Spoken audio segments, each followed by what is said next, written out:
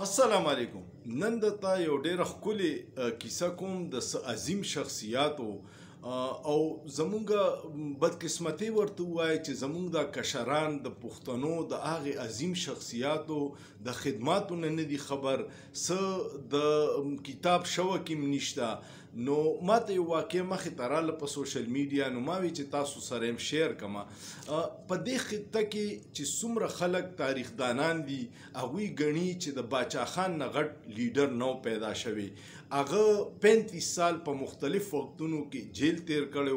مونږ ته د نیلسن منډیلا 27 سال جیل یاد دی، خو د باچا خان د خدماتو هغسې اعتراف په دې نه کېدو چې دلته کې د هغه د مسلم لیگ د نظریې سره اختلاف و او هغه د عدم تشدد پیروکار و او هغوی د بر صغیر د مسلمان د تقسیم خلاف و. نو په دې وجه باندې هغوی چې کم د انګریز خلاف جدوجهد کو، هغسې هغه ته کریډټ په دې خطه کې میلاو نشو کم چې هغه حقدار دی. خو دنیا کې د هغه د خدماتو باندې پی ایچ ډي کیږي، خلک په کتابونه لیکي چې باچا خان او د هغه د خدایي خدمتګار څومره لوی یو تحریک او د هغې یو غټ تاریخ پروت دی. داس چلو شو چې ولی خان بابا په 1992 کې تلو انډیا ته، نو په ایرپورټ والا یو جینۍ وه، هغې والا ګلدسته ورکړه او د ګلدستې سره ورته ووی چې یاره جی زه په باچا خان کم تحریک و خدایي خدمتګار په هغې باندې تحقیق کوم، پی ایچ ډي ته مېړه دی.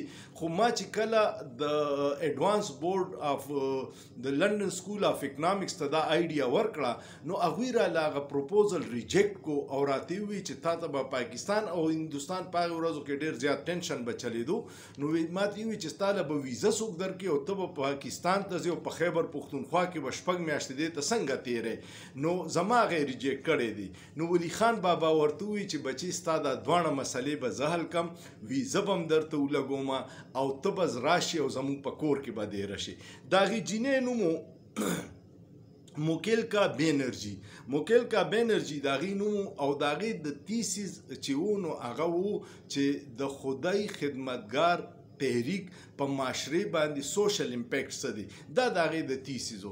هغه راله دلته کې 6 میاشتې په ولی باغ کې تیرې کړې او چې څومره د خدای خدمتګار ژوندي خلک وو، هغوی نه انټرویوګانې وکړې، د هغوی نه تاریخ باندې ډېر زده کړه وکړه او د هغې مومنټ باره کې صحیح معلومات واغسته چې کم ژوندي کسان وو.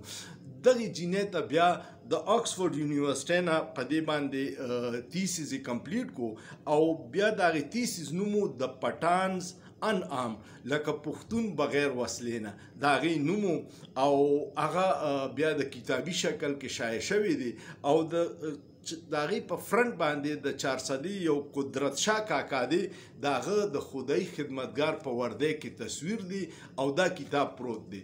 څومره چې پښتانه پړه لیکه ځوانان یې دا کتاب په انټرنیټ سرچ کې وی ګورئ او د دې خپل عظیم خلکو د هسټرۍ نه خبر شئ چې هغوی د پښتنو د شعور را بیدارولو دپاره، د پښتنو د یکجهتۍ دپاره، پښتنو د تعلیم دپاره باچا خان بابا او د هغه ملګرو څومره کارونه کړي دي او موږ ته بې خبره یو.